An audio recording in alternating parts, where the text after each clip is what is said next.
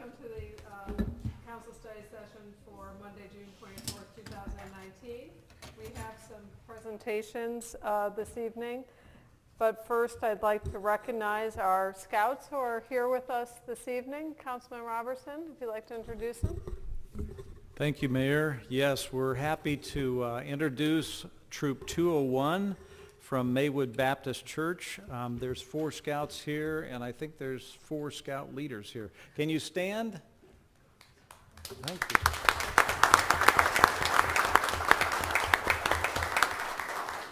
They're here working on their communication merit badge, so we want good communication tonight. Awesome. And they'll probably be back in the future for the citizenship and community merit badge. So welcome, we're glad you're here, and hope you enjoy the meeting tonight.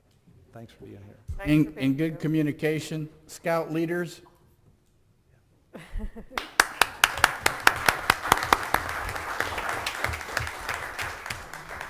Okay, thank you very much. We'll begin with our state legislative review. Mr. State Manager. Good evening. I'll just invite Tom Robbins and Chris Ropey up for a brief update. Okay, thanks.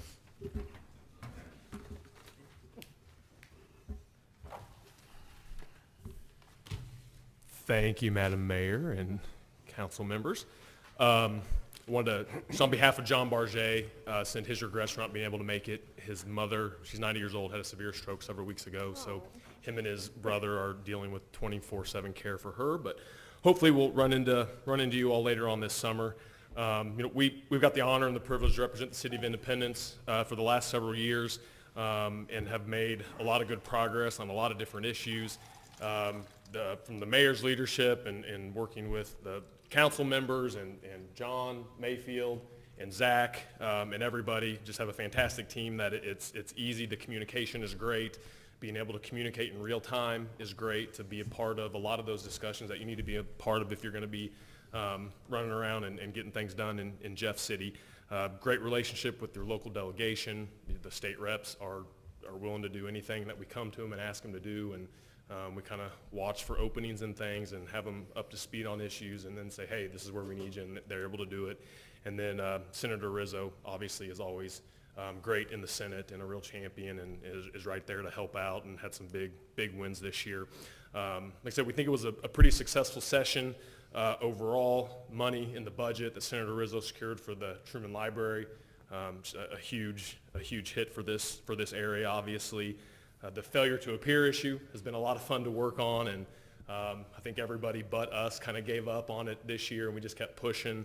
The Attorney General worked very hard against us, but we were able to get it across the finish line, at least make a step back in the right direction for some public safety initiatives and aspects of dealing with that.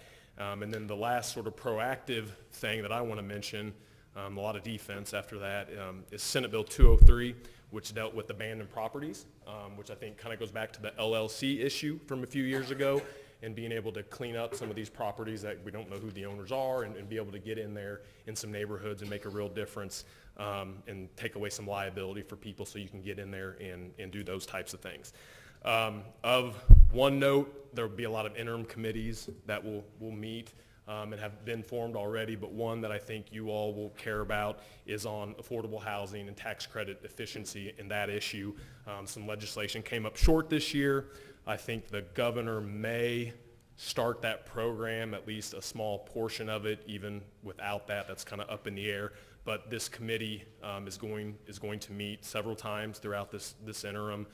We've reached out to the chair of that committee, and we don't know at this point if they will do kind of a road show and go around the state and meet in various communities, or just do them all at the Capitol, but wanted to make sure they knew if they wanted to come to this area that we could accommodate and figure out a way to showcase some things here and have them here, and have the right economic development folks come in and testify, and we'll keep you apprised of that and how that goes. There were 2,000 bills filed this year. It's a lot. It seems like what it is every year.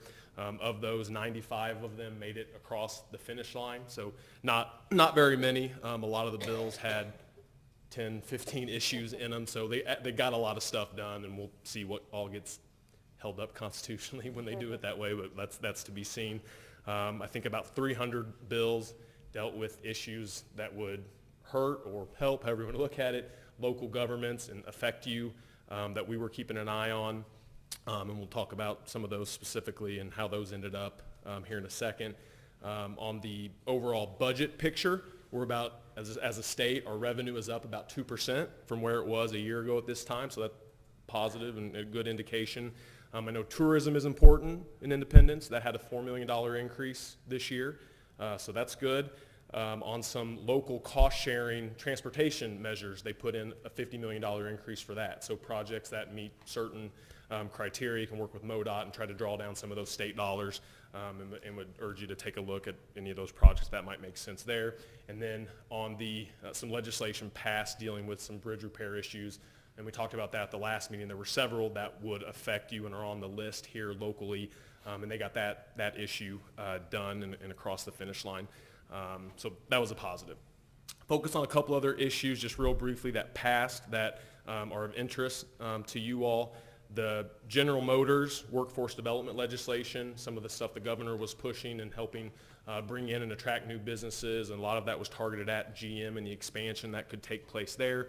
Got that across the finish line, which that's going to have ripples across the entire state, and know that the state is willing to do those things and the governor is willing to put his shoulder down behind some of those things is going to be good for the entire state. Senator Rizzo passed a sales tax that allows you to go up to a 0.5% for fire protection. That's a positive for public safety. The border war incentives legislation passed. Senator Searpoy, just south of here, got that across the finish line to hopefully take away some of these businesses moving across state lines. And let folks do things the right way on both sides of the state. Got the state to fund and continue funding the Truman Sports Complex, which right next door, that's important for here. Got that across the finish line as well. As mentioned, Senator Schatz, the pro tem of the Senate, passed the bridge repair legislation. And then a couple sort of not policy moves, but important for you guys with your love of Harry S. Truman here, is SCR 2 by Senator Hageman about the Truman statute in the United States Capitol. A couple issues I want to mention that we were able to successfully stop this year, which would have, they're tens of thousands of dollars, but you add all of them together, would have, adds up to a lot of money that you will have to figure out how you're going to pay for these things that the legislature says they want you to do. But we were able to work with the local delegation and others to stop. And one of those is the use tax wouldn't allow you to collect a local sales tax on internet sales and just pay the state tax on that. Being a user tax, if you will, and that would have cost you money. Mechanical contractors licensing, which would have cost about $16,000 to you all, I believe, is what the price tag would have been. They would have taken away your ability to regulate home businesses. I think you have about 600 of those that are licensed that way here in Independence. Would have been a $40,000 hit to your revenue. There's some legislation to require some new reporting mechanisms where you probably would have had to hire new staff to take some of the information that you all currently make available to the public, but you would have to do it in a format in a way that the state mandates you do it, which would have cost resources as well. One of the bigger ticket items that we were able to get stopped was the Supreme Court wanted every municipality to go to what they call show-me courts. A few years ago, you spent a lot of money to bring in and start a new court system and how you report to the state. You basically would have had to scrap that investment would have been gone, and you would have had to go to their system. But working with Senator Rizzo, we were able to get some language, put on some legislation to be able to stop that, so that would not have a negative impact on you. Some of the big issues that were of interest that didn't make it across the finish line that you'll see next year, I believe, the prescription drug monitoring. We still remain the last state to not have something that is statewide in place for that. The low-income housing reforms that were needed to be passed to start that program did not make it because of some controversy at the very end. But I think you'll see those issues addressed, like we said, in that interim committee and figure out where we go forward on that front. And then the last issue is sports wagering. That did not make it, had issues with the casinos and the professional leagues and how that would all look, and they couldn't get together in enough time to get that done. One of the interesting issues that you'll see come out of that, I think, next year is whether they will allow sportsbook in the stadiums or have a facility right by the stadiums, which could impact the City of Independence with Jackson County Sports Commission authority and the Truman Sports Complex being right where it is. I will turn it over to Tommy to talk about a couple things, and we can take questions at the end. Sure, Thank thanks. you. Thanks, Chris. Evening, everyone. I second what Chris said about what a wonderfully skilled and hardworking staff you have. In particular, I have the privilege of working with John Mayfield a lot, and there's no time at which I reach out to him that he does not get back to me and promptly, and so really appreciate that. We played a lot of defense this year, and since we last spoke, it got hairy, but it ended well. SJR 25, Senator Leibla sponsored, and it was an effort to at least open the door to deregulation, which we here oppose. And after conversing with John and others, we were able to, it was voted out of committee, but we were able to strike a deal to get it not brought up on the floor. So that died. Senate Bill 273, that was Senator Emery, and it called for a 2% cut in the cable franchise fee. That would have cost independents about $540,000. It was heard in Senate committee, but we went to our allies on the committee, and we were able to get a no vote on it.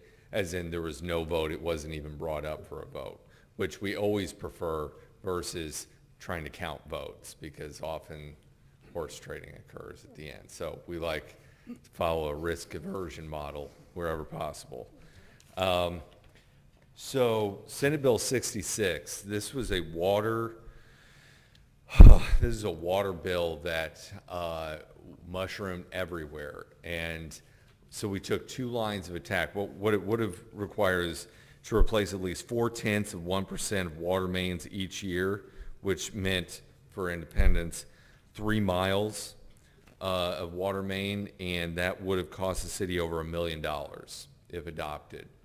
So whenever I came here in March, we're like, we got this stopped. It's not even going to go through committee. Well, this is the reason we continue to monitor all the relevant bills. The sponsors respectively in the House and Senate got this bill amended onto 5 or 6 other bills. So we had 2 lines of attack here. One, we got you excluded on each of them. And so that was a challenge, like going to each single bill, making sure the language was sufficient to have you excluded from its provisions so that you wouldn't incur this cost. But again, following a risk aversion model, better off the bill dead. And so we were eventually able to, in credit to Missouri Public Utilities Association, who does a wonderful job, and actually we were able to work with Kansas City on this. And so it wasn't just us, but we certainly were happy to play a role in excluding you and then ultimately killing all its vehicles. A similar thing on House Bill 856. It was the artfully known as the Big Government Get Off My Back Act, which was just an attempt to try to crowd you out of the broadband market. Tie your hands, say you can't get involved. And so we went with the same line of attack, which was exclude independents, and then thank you very much, and then kill the bill. But we like to go the twofer on that. House Bill 1062, the Grain Belt Express, eminent domain, independents did not express a position on that. It didn't pass. That is one of those bills that I believe will probably play a prominent role in next session. Senate Bill 293, penalties for trespassing or damaging critical infrastructure.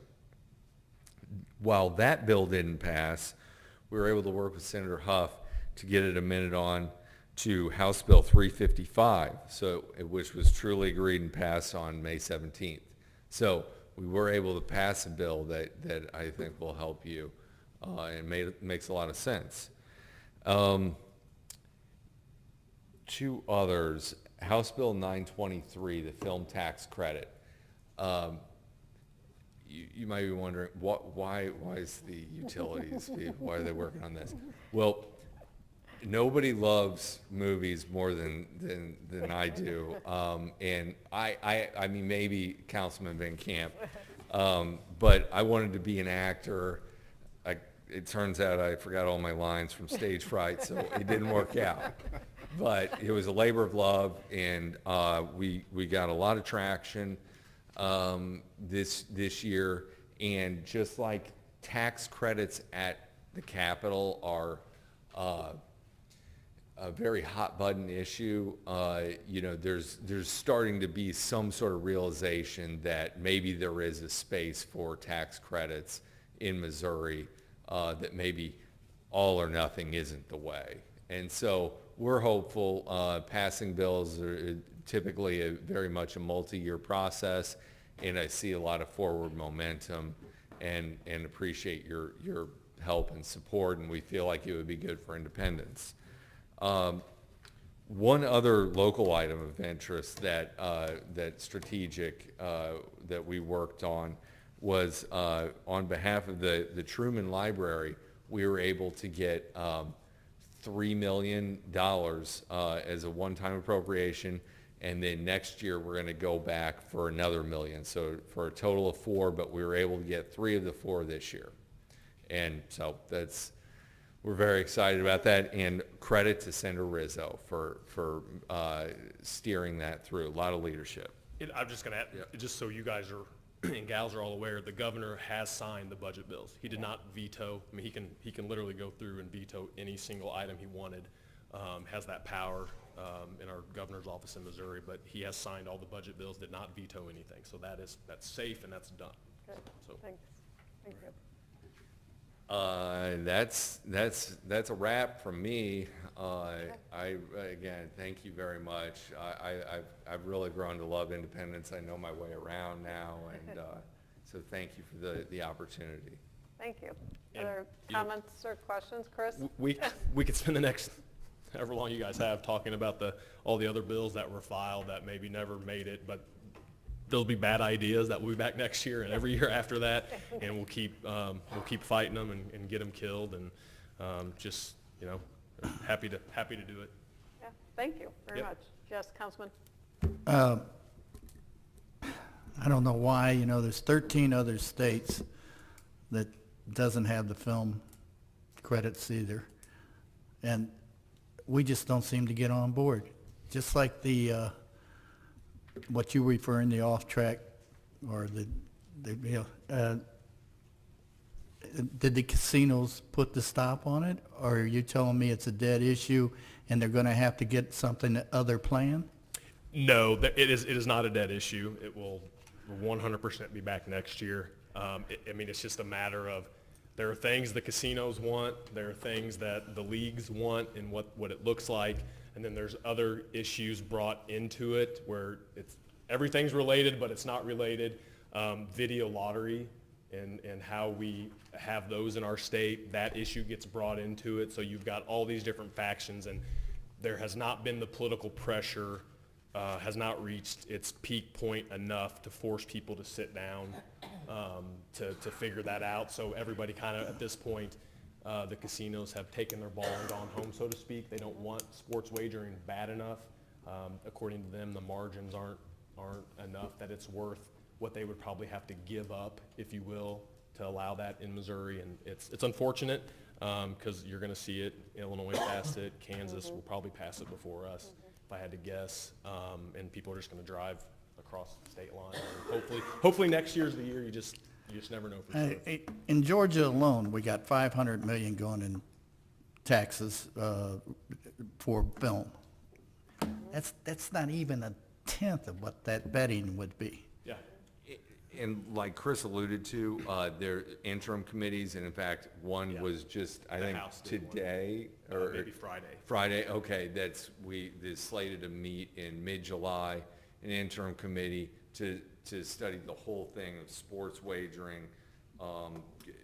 video lottery terminals, so-called gray market games, all of it. And so I think that they looked at rolling it all into a single bill, which was conceptually efficient, but didn't actually work out, and it's of questionable constitutionality. And so I think the purpose of this interim committee is to find a compromise, and whether it's all contained in one bill or it's spread out across a few, but try to meet somewhere in the middle, and that's where you start. That's a clumsy way of saying it bodes well for the passage next year. Well, to give a left-handed attaboy, at least they did the marijuana. I mean, I think it's late in the game, and but they did come up, they passed it through, they got the deals, and, you know, 1 out of 18 isn't bad. It's better than 0 out of 18. Yeah, right. Councilman? Yeah, thank you all for being here tonight. I was just wondering about the Wayfair legislation. You know, we're going to have a use tax initiative on the August ballot, but if that doesn't pass, is this coming up next year? Do you think there's a good chance it's going to pass? It will be back. Again, I am very certain of that. There's not a lot of certainty, you know, in politics and public policy, but that I am certain that issue will be back. It's just there's too much money at stake. I think you'll see the governor's office get more involved this year. They were supportive of a version of it last year that I think, if I remember correctly, I've forgotten a lot since May 17th, that like Missouri Municipal League and others who are not, just the City of Independence, but from around the state that are watching this issue, where there was a version that they were comfortable with. So I think that will be the starting point, and hopefully it gets started sooner than so late in session, and actually get some traction a little bit earlier this year. And like Tommy said, it takes several years sometimes, and this was the first year that tax policy is complicated, and there's just so many different tribes of people who don't want their piece of the pie taken away. So the more time they have to work on that, the better, and it will be back, and I could see something getting done that makes sense. So when you were here in March, and you were giving us an update on that, there's some fixes that could happen to make the collection of that more clear, and there's a lot of different ways people are looking at that. Regardless, voters and municipalities still have to pass it in order to benefit from it. No matter what they do at the state, it still has to go to the voters in every city and county in order for that vehicle to exist, for those revenues to be collected. So no matter what they do, it doesn't get us past that. No, it's just a step. Anything else? Well, I was just going to ask, since we're discussing later on the marijuana issue tonight, is there anything that you want to add as far as that is concerned, where that money might be going in the future? It's not earmarked, as my understanding, for any particular purpose with the state, right? I'm sorry. Any income to the state from the sale of medical marijuana? Oh, yes. So, my understanding is it goes into general revenue. Into general revenue, There is also a provision in there maybe for the Veterans Fund. There's certain amounts of it are dedicated as a part of what was put in the Constitution by the voters when they passed it. I mean, it's taxed at, I can't think of what the percent 4%. is. Okay, yeah, that's right. It's taxed at 4%, and so, which is less than a lot of other states, but more than than regular prescription drugs. But and that's honestly, I would say failed leadership, that the legislature could have done it and put it at a much higher level and brought in more revenue, but because they couldn't get that issue done, it went to the voters the way it did. And it got written in a less friendly way, if you will, and that's part of how it works. they just didn't believe that the voters, that it would work through the initiative petition process. They basically played a game of chicken. Yeah. But yes, 4%, and part of it goes to the Veterans Fund, but I believe the rest of it is going into general revenue. Thanks. Chris, the Senate Bill 147, which contained our failure to appear, there continues to be in some confusion, at least locally, about, or in the Kansas City region, about what that actually did. I mean, we're we felt that it was a tremendous victory, albeit a small one. But we're continuing to hear, I think, some confusion from other mayors and municipalities that it really didn't accomplish anything or didn't accomplish what they anticipated. So could you just, and I know it came down to the last hour on the last day, a bizarre turn of events. So can you just maybe explain exactly what it does accomplish and maybe just briefly, what the process was? Because I Sure. think in the chaos of the last few hours, I think people don't know what really happened. Absolutely. And so, and so what, when I read it, and I think when you and your team have read it, there was a prohibition put in state law that, no matter what a municipal violator, if you will, did, if it was for a minor traffic violation, you could not fine them, you could not do X, Y, or Z to them if they failed to show up due to a minor traffic offense.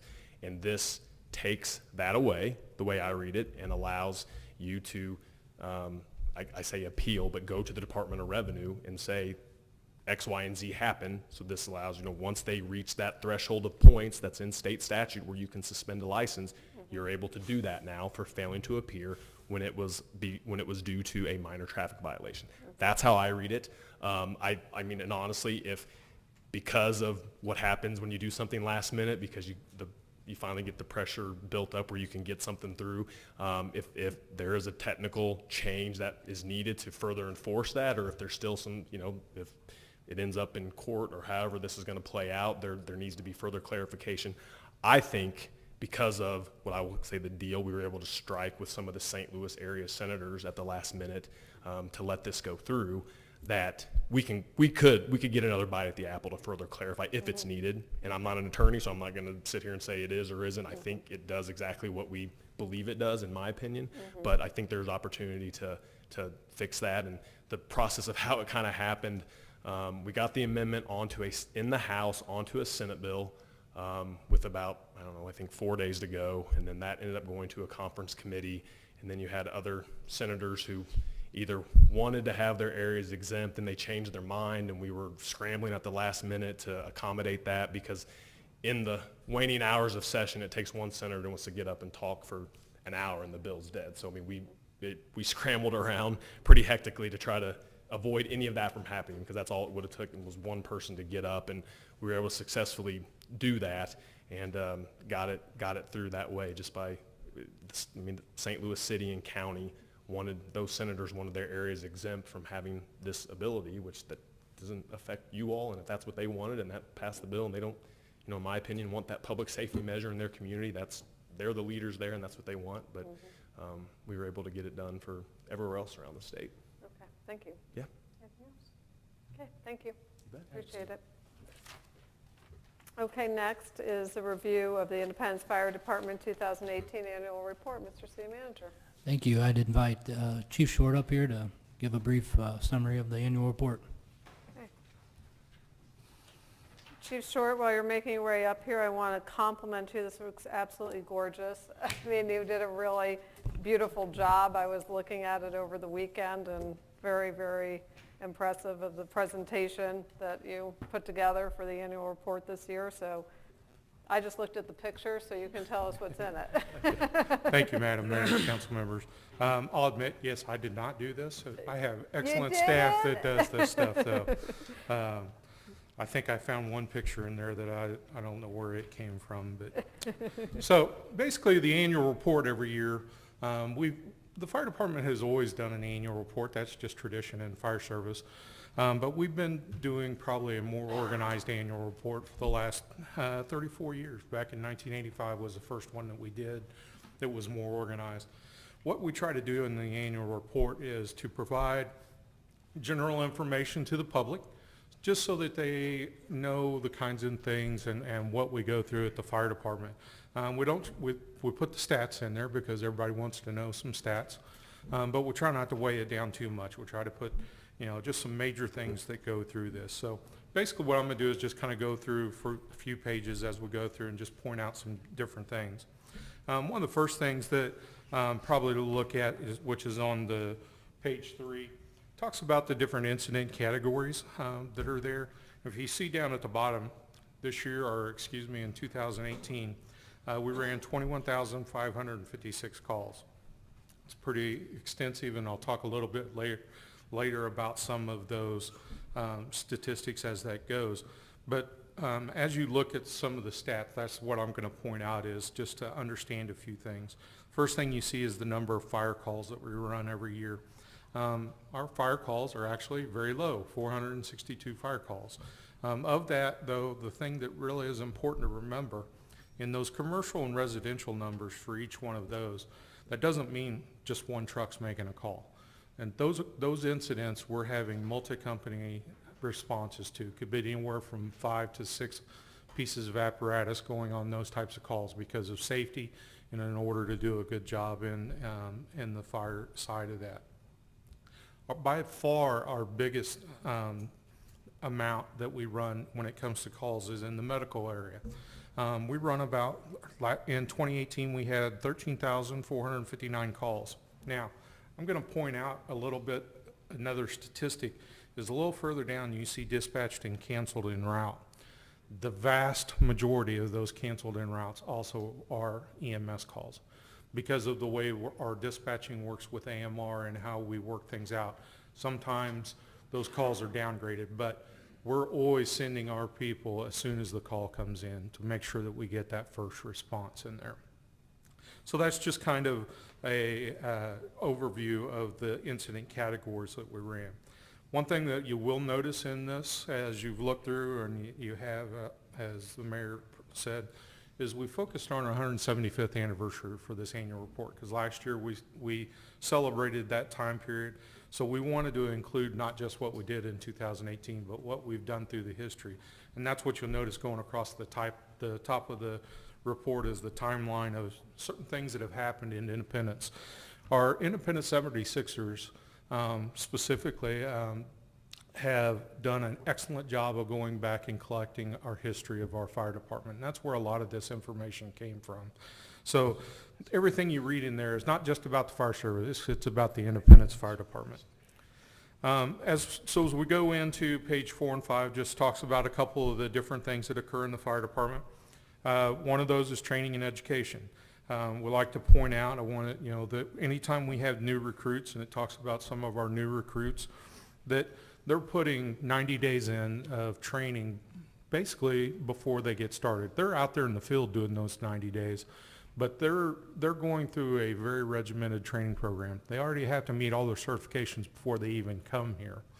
But then they also go through an additional 90 days to really get them acclimated and ready to run the calls here. We also want you to know, and statistically, when it comes to professional development in our training, it's something we do 7 days a week. It's not something we just do once in a while. Every day there is some type of training, whether it's happening at the department level or all the way down to the individual level or the company level, the crews themselves just meeting and doing some kind of training. We have to get that training in as much as we possibly can. Also, if you look at the next page in page 5, talks about the emergency operations. I'm just going to point out, we'll kind of talk about some of our promotions that occurred. I think it's really important to point out, it talks about that we had 7 new firefighters that we hired and 1 captain was promoted, and then 6 FEOs were promoted. And the reason those FEOs, those fire apparatus operators, and that battalion chief were promoted were because of retirements. We lost over 300 years of service in 2018. So of experience that our department has had, and we're going to continue with that at this point. Right now we're at about 60% of our department is at less than 10 years of experience. Mm-hmm. So wow. We have a lot of training to do. That's for certain. As we get into pages 6 and 7, into the next couple of pages, talk a little bit about emergency preparedness.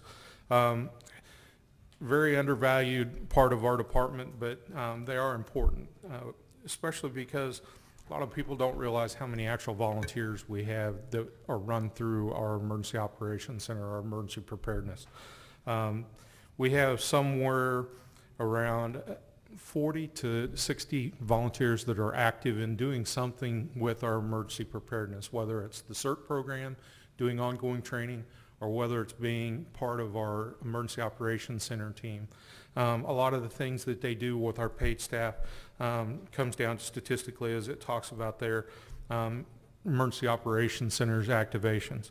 In there, it looks like we don't have very many activations, and these are official activations. So this is when we're bringing that Emergency Operations Center up to full muster, trying to get 4 or 5 people in there watching everything that's going on. But I can tell you this time of year, there's usually somebody in there 24 hours a day, whether it's a volunteer or full-time staff, watching the weather, watching things that are going on, seeing how things are happening across the city. The volunteers put in about 2,800 hours a year in training, whether it's the leadership of the EOC team or CERT or DART training. And then we do a lot of community exercises. And another big thing to point out about our emergency operations, our emergency preparedness, is our full-time staff are all under a grant program called the EMPG, Emergency Management Program Guidance. That EMPG grant pays a 50-50 match to support those operations that we have for our city and to do everything that we have. Next page, it talks just a little bit about emergency medical care. Again, like I said, one of the top things that we have to do in our department as far as the number of incidents we run. But it's important to note that EMS training alone, our personnel, in order to keep their licensure up, have to put in somewhere around 30 hours a year of training just to keep up their medical licensure. May not sound like much, but when I start talking about the number of calls here and the statistics in a minute, you're going to wonder how in the world do they ever get it in, because it's 30 hours of EMS, and it's probably close to 30 to 40 hours of fire required training that we need to put in every year. And we have to try to do it around everything else. Next biggest, I guess I would say probably our second biggest division is the Fire Prevention Division. This division takes care of operating the Fire Prevention Code and making sure that we're in compliance with things that are within the code. They're also part of our public education. They get out and do all of that public education, whether it's going to the schools for Fire Protection Week, or actually going out just to go see the schools. A lot of times schools call in, want us to come, or they'll do tours with us. A lot of other things that our fire prevention does, though, if you look statistically, I'm not going to go through those. We do a lot of the fire code related inspections. One of those, of course, is the company inspections. Another thing that those companies out in the stations have to do are company inspections. They're going and doing commercial businesses, doing a fire and life safety inspection on those once a year. We're in the process, and in the past it's kind of been merged with the permitting and community development, but this year we're definitely putting those things together so that they tie together as that business license of us doing the inspections as well as part of the community development process. But again, as you look at that, you see that just our company inspections alone, we're doing close to 2,000 a year. That'll probably be more now because we had lightened it up to lower risk businesses, only doing them every other year. We'll probably go back to doing them every year now to go with the business license. All of those other activities are done by our Fire Prevention Division, the 5 personnel that I have in there. And basically the last 2 pages kind of gets into the statistical part of it, talks a little bit about our services, the types of equipment we have to provide, things that go along with the fire department to keep it running. 2 of the stats that are on page 10 talk about our response times. There's a couple ways to look at response times across the city. One is to look at an average. If you look at our average response time, those 21,000 calls, we make it to every call at about 5 minutes and 22 seconds. That's an average. Standard-wise for fire service, though, we use percentiles. We're usually graded on percentiles or looked at in percentiles. So The next two that are below there are some of the percentiles. For structure fires, we have a response of about 85% of the time we make it in less than 6 minutes. We have that first company there in less than 6 minutes. That's good. Could be a lot better at the 90th, because the 90th is the one that's always looked at. And our EMS is at 74%. Now, you're probably thinking, wait a minute, why is EMS so much slower? Again, you have to go back and you look at all of those EMS calls that we're running. When one station goes out to run an EMS call, since we run those the most, and another call happens in that district, you're waiting, or you're extending that response time into there. So it makes it harder on EMS because there's so many more for us to keep up on those response times. Last page there just kind of hits some of the final statistics. When you look at the total amount of training hours, these are the fire type of training hours. We're at about 16,000 training hours for the department for 153 people. Again, could be a lot more, but because we're so busy, it's very difficult for us to do that. And then there are just some others that have some of the trends, but probably the last one I'd want to point out is just that bottom little trend, which is the 10-year incident trend. And you look over the 10 years at how our calls have increased. Just last year was a 3% increase. But if you look from that 10-year period, we've had over 27.5% increase in our run calls. One statistic in here talks about it, or that you don't see, is that while we had 21,000 calls, we actually had 29,000 individual incident or individual apparatus runs, which means that of all of those calls, those apparatus are running more, because again, there's those calls that have multiple, like in structure fires and commercial structures and residential fires, you're running multiple apparatus. So the number of times that those vehicles pull out of a station is a lot higher than the number of incidents that we have in there.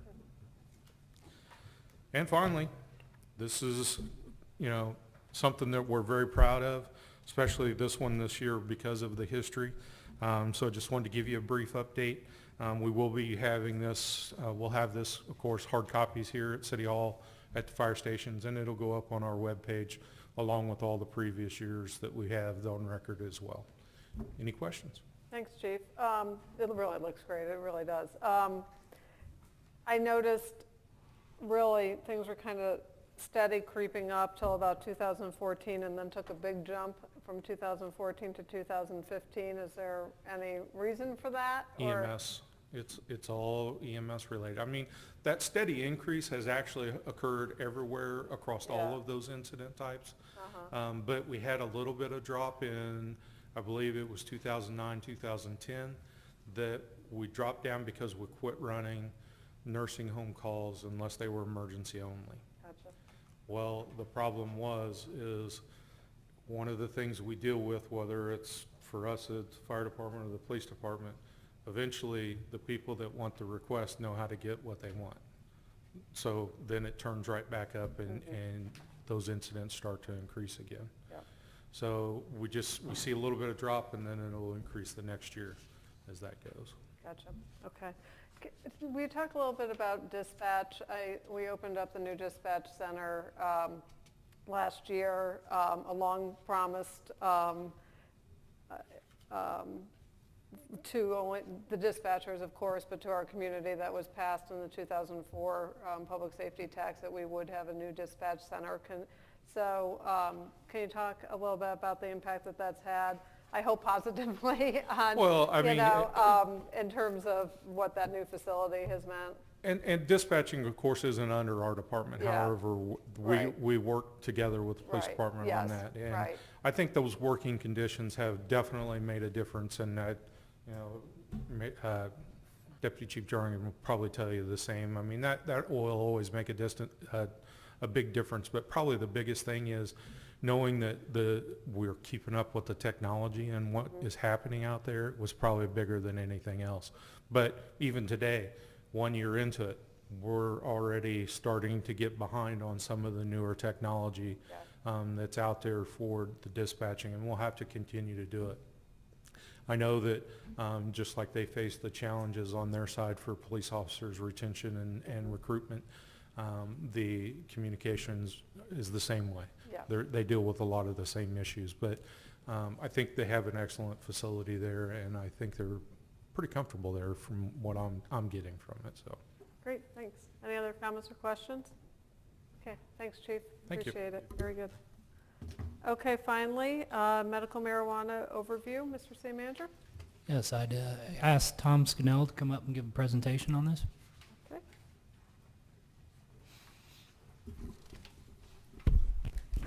Good evening. Tonight I'm going to give a little presentation. It was kind of at the council's direction. If you recall, at the June 13th, we had on the agenda the proposed UDO amendment for adding the land use regulations to the UDO for medical marijuana. Let's see if I get this thing to work. There you go. There we go. Okay, so to give a little bit of history, back on November 6th of last year, the Missouri voters voted to approve Amendment 2 to add that to the Missouri Constitution. And what that allows is patients with qualifying medical conditions the right to access medical marijuana. This amendment included a number of milestones, such as when pre-filing of the applications can begin, when the application forms and instructions become available, as well as when the facility applications are due to the state of Missouri. So how we got here, shortly after Amendment 2 passed, there have began several meetings, both internally with staff, but also with our peers in the region. The first of those meetings was a regional meeting held in January at Mid-America Regional Council to discuss the implementation of Amendment 2. Besides this meeting, the State Department of Health and Senior Services held numerous forums and workshops, both in the region and also within the state, to educate and inform local municipalities on what Amendment 2 does and what cities can do. As you recall, back in February of this year, the City Council passed an administrative delay on any processing or accepting of medical marijuana facilities until August 3rd. This was to allow staff time to research and develop our land use regulations. At that time, DHSS had not released their draft rules. That didn't come until about the middle of March was when we first saw those rules. And once we saw those rules, we began to develop our land use rules. We sought out feedback from our internal working group, which consisted of representatives from many different departments. But we also wanted to compare our rules to what our peers were doing throughout Missouri. Finally, once we'd done all that, we took our proposed rules to the Planning Commission on May 14th.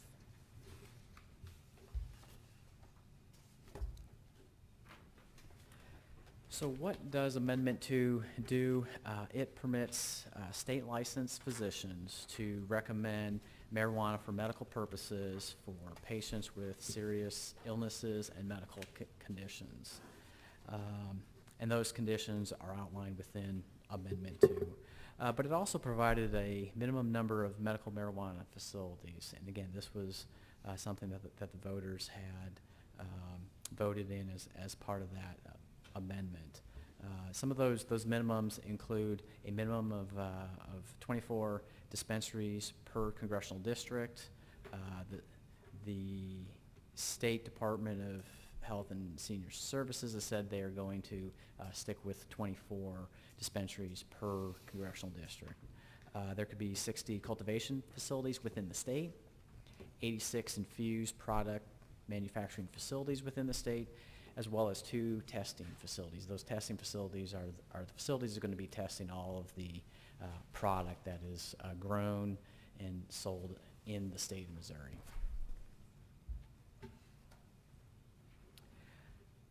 A significant portion of the responsibilities of Amendment 2 belong to DHSS. From issuing the registration to qualified patients and primary caregivers, to developing the ID cards, to licensing and certifying the medical marijuana facilities. DHSS also has the responsibilities to develop the rules for medical marijuana, which they have, and they finalized those May 24th, and they became effective June 3rd of this year. They've also issued rules necessary to implement and enforce those facilities. And finally, one of their responsibilities is to provide guidance to us on how we can enforce those facilities. So what can the cities do? Amendment 2 states that local governments cannot prohibit medical marijuana facilities outright or enact ordinances that make the operation of those facilities unduly burdensome. However, cities are allowed to enact ordinances governing the time, place, and manner in which those facilities operate. So, Tom, yes. can I ask a question about that? Sure. So that, going back to time, place, and manner, that just means this local government has the authority to tell you what hours you can be open, where you can locate, I mean, those types of zoning things within the parameters of what's been approved in Amendment 2. Correct, and the Amendment 2 went very specific and said that cities could not enact distance regulations greater than 1,000 feet Right. from churches, schools, and licensed daycares. So they crafted this amendment to kind of give cities limited control in where they can locate. Thank you. A couple other points to mention as far as the tracking. Amendment 2 provides that medical marijuana is grown in Missouri and sold to Missouri residents from a facility located in Missouri. They do this through this seed to sale tracking system. Basically ensures that all of the product is grown here, is sold here, and is going to residents in the state of Missouri. And this software tracks that. The rules go into very detailed how they do that, from the patient ID cards, who can enter the space when you make that transaction. There's a lot of things within the rules that outline that. The amendment allows for local sales and use taxes to be collected. You kind of heard previously from the lobbyist's presentation, the amendment does add that 4% on top of the normal state and local sales tax, and that is earmarked for the veterans. But cities are able to collect their local and use taxes. It's subject to 4 1/4 maybe of state sales tax, 4% of additional state sales tax, and then the city's Independence's local sales tax is 2 1/4 or 2.5%. Correct, 2.25. Do we have, can cities or the county tax it at a higher rate? The amendment did not give that authority to any local. Did it not give that authority? Yeah, it did, Okay. did not Okay. give that authority, so Okay. we cannot. So we cannot charge more than the local sales tax rate? That is correct, yes. Okay, but the state can? Yes. Gotcha. Of course. The last thing deals with record keeping. So the rules require that all facilities must keep the patient ID information. This is encrypted information. The amount and types of marijuana sold, the total sales amount, including the itemized taxes. So it's going to break down all those different sales taxes. And all those records must be kept and readily available for 5 years. So that concludes my presentation, kind of an overview, and I'm available for any questions. Questions? Councilman? So, Tom, thank you. I know we've talked. Yes. You know what I'm going to ask about. So on this last page, obviously the record keeping, let's start with that first, because that was one of the items.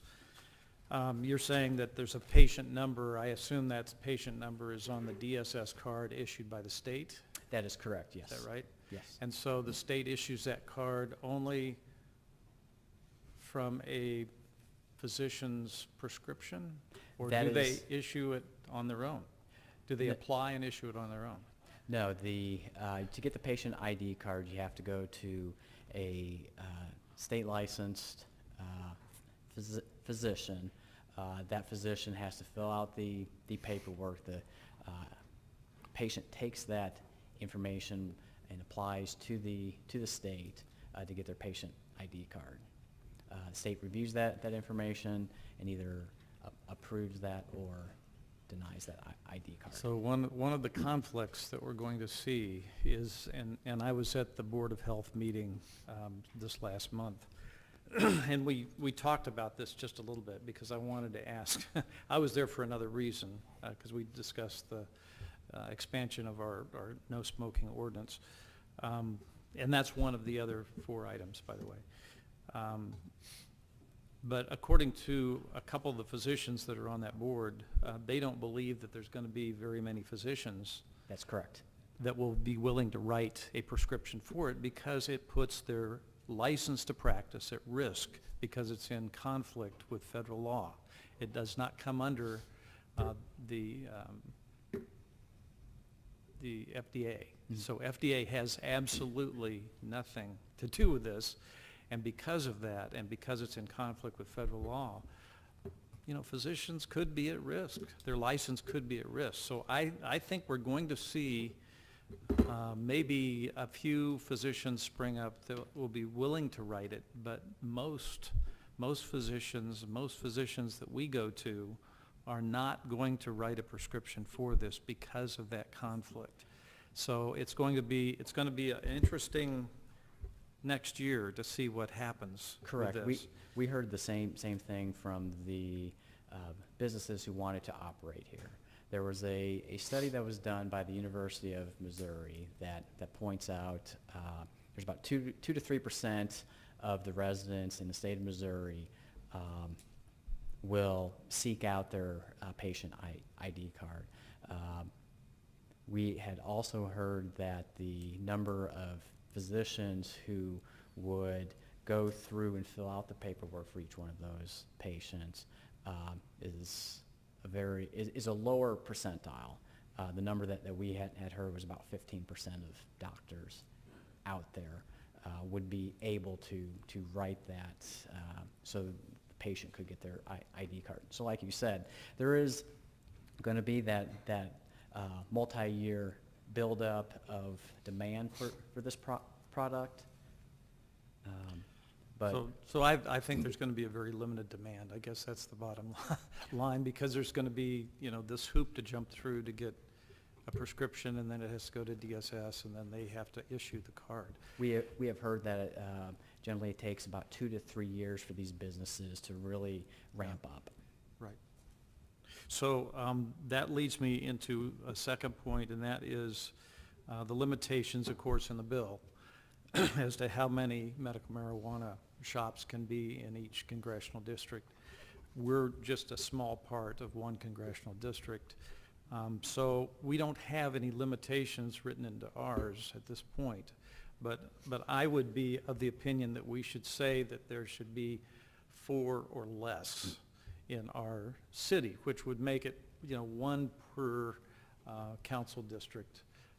Probably we're only going to need 2, because if you talk about 1 to 2% of the population, we have 120,000, that may be, 1,200 to 2,400 people. So I think we should put in there a limitation on the number of shops, and the more shops you have, the more competition there's going to be, so there's going to be less business per shop. And probably the hours need to be much shorter than what we have in our ordinance. The ordinance says that they're open till 10 o'clock at night. I don't know any pharmacy. Well, there's a few that are open 24/7, but if you need something like this, you can certainly get it during daylight hours.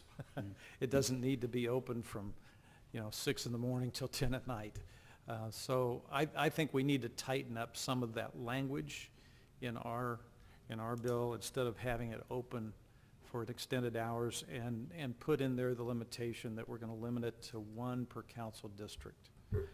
So this is one thing that we have heard from businesses who are looking to locate in Independence, is that after they go through the DHSS, submit their application, and the DHSS scores those applications, so they're going to score them from highest to lowest. Then they're going to pinpoint those on a map, and DHSS is going to determine if there's enough coverage or if there's an oversaturation in one area. Kind of a general rule of thumb that DHSS is telling their applicants who have told us is that roughly they are looking at 1 dispensary for every 30,000. 1 for every how many? 1 for every 30,000 population. So we're 120,000 And 4. people, so we would probably get 4. As far as the locations of where some of the potential clients that we've talked to, they're already kind of scattered about. One on Nolan Road, another one on 40 Highway, 24 Truman Road. So they're already kind of looking around, trying to space themselves far enough from one another, but also away from churches, schools, and licensed daycares. Okay. So, any other comments from anybody else on the council about that? Because I think we need to tighten up some of the language. The hours were very, very expanded hours. The other thing which duplicates, I guess, which is in the state ordinance, is that we should also have in there that we limit the owning or employee of anybody in one of these medical marijuana shops. They're not allowed to be a convicted felon. That is already in the ordinance, or in the rules. In the rules. It goes into, it specifically states that no medical marijuana facility shall be owned in whole or in part, or have an officer, director, board member, manager, or an employee or an individual with a felony offense. Okay. So Okay. that's already within the rules. And then the last thing that I had written down here was, obviously there's an audit system. According to this, there's an audit system, and it uses the patient number. I felt like we should use our own audit system, because I don't think we should depend on the state to audit these. The state's probably going to say, well, we'll audit 10% or we'll audit 5% of them a year. The ones in our area in Independence may never get audited. And if we are going to be collecting some of the sales tax, we should be responsible enough to at least once in a while audit 1 or 2 or maybe all of them every 5 years.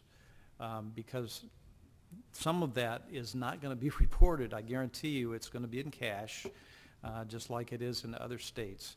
It can't go through the federal banking system, so it's going to be in cash.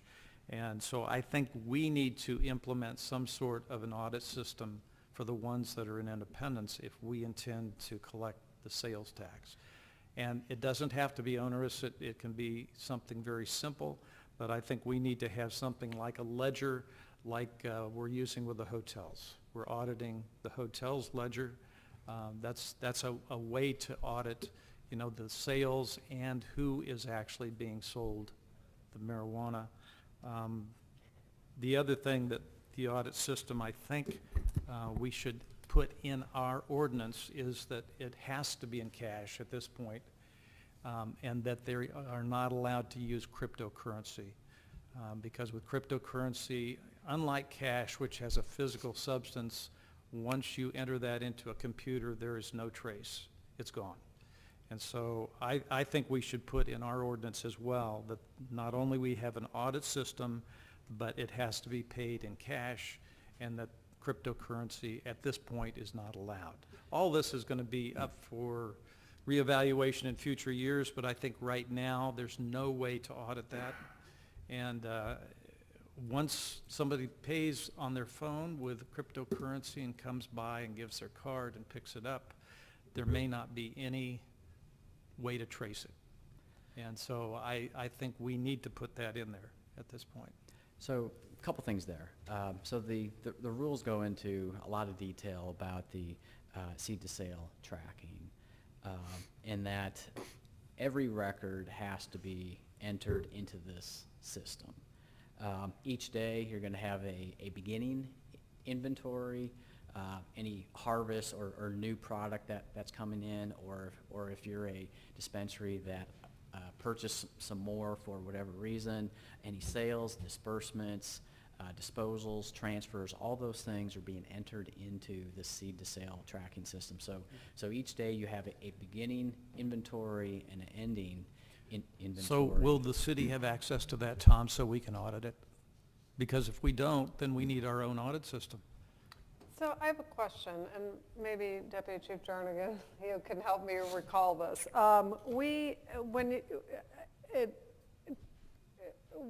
What we do with the hotel registry, if I'm correct, which was an ordinance that we strengthened here in the last couple of years, is that there are certain requirements, and we say we require people make that available when we ask for it. We don't go around and check it, but if there's an incident, particularly a police incident or missing person, silver alert, amber alert, whatever, if we need to look at those hotel records, that they will make them available to us. Am I correct in my memory of that? So we aren't actively auditing those hotel registries unless there's a reason for us to not to need to do that without going to a judge and getting an order to be able to do it. So I'm a little bit concerned. I think they're good discussion points, Councilman. I'm a little bit concerned of starting to impose rules before we actually know what the rules are. There's still work to be done at the state and federal level, and at our federal legislative briefing a couple of weeks ago, this was a big topic, particularly in the financial institution, about how to change federal regulations so that this can be banked. So all of that, I think, is, there's many things that are still being determined, and the state law is going to supersede our restrictions.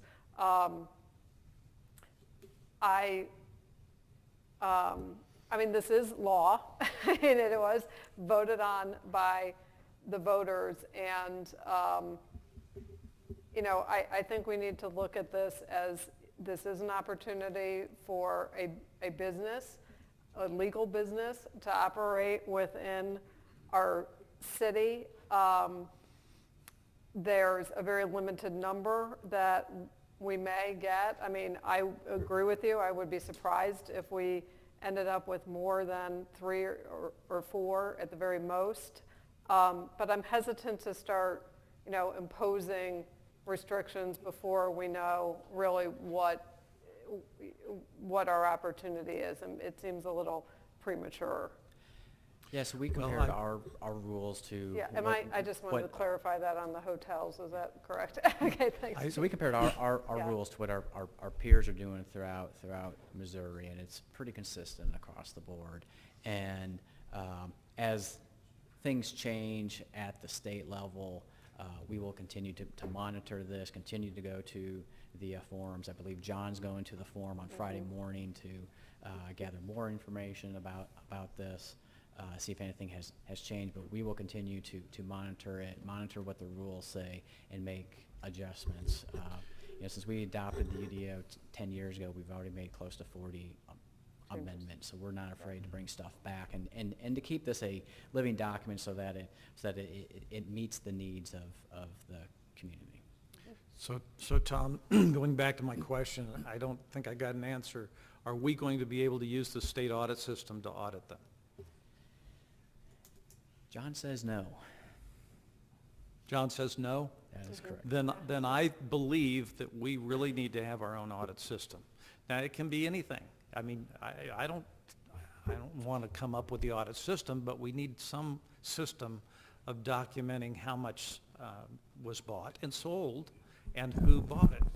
And whether that's a ledger, whether it's some other system. But if we can't audit it, then shame on us, and we're not going to get our 2.25% sales tax. Maybe.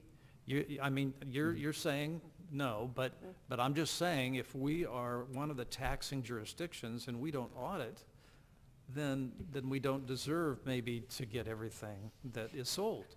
I think the taxes that are sold. I think the rules only give that authority to the state. I don't think there's anything in the ordinance about auditing. Not in our ordinance, within the rules for medical marijuana facilities. Yeah. So they give that authority only to the state to do? Correct. To financially audit the collection of this tax? Is that what you're, is that? That's our read of Okay. the rules that they have finally adopted. We do have the ability to, several years ago, we had our management analyst audit collection of the transient bed tax. We did a sales tax, kind of perimeter sales tax audit because we wanted to ensure that everybody who was in Independence was actually paying if they had a Blue Springs zip code or a Kansas City zip code. So, we have the ability to direct that from our management analysts. If we're only talking about, maybe 4 businesses, that's not a huge task, and the council has the ability to direct that audit.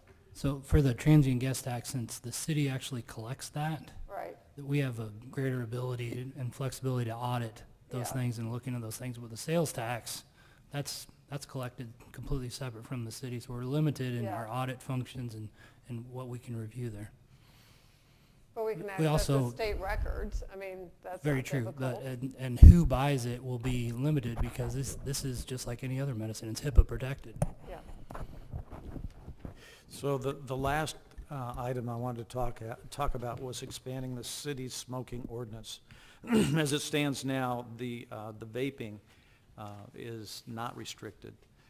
And so that could actually go on in the medical marijuana shop. And I think we need to expand or extend our ordinance to cover the medical marijuana facilities. The rules that were finalized by DHSS already prohibits the use of marijuana within the facilities.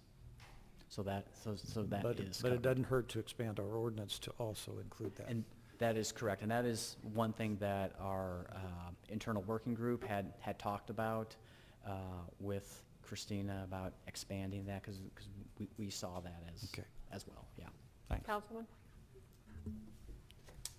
This is in its infancy. Your adaptation is to the state. I think you've done a wonderful job. I don't think we can anticipate the hurricane any more than what is given us from the state. What you've applied yourself to do is relevant. It applies to what the situation is, and I commend you. We can't go beyond before we know what it is. Thank you. Thanks. Any other comments or questions? Okay, thank you, Tom. Thank you. Appreciate it. Mr. City Manager, anything else this evening? No, I would just like to echo Councilman Van Camp's remarks. John Mayfield, Tom Scannell, and many others, Brian Kidney did a tremendous job researching this issue since it was approved. involved a lot of staff, and it's a tough subject, so we really appreciate their help on this. Thank you very much. Anything else?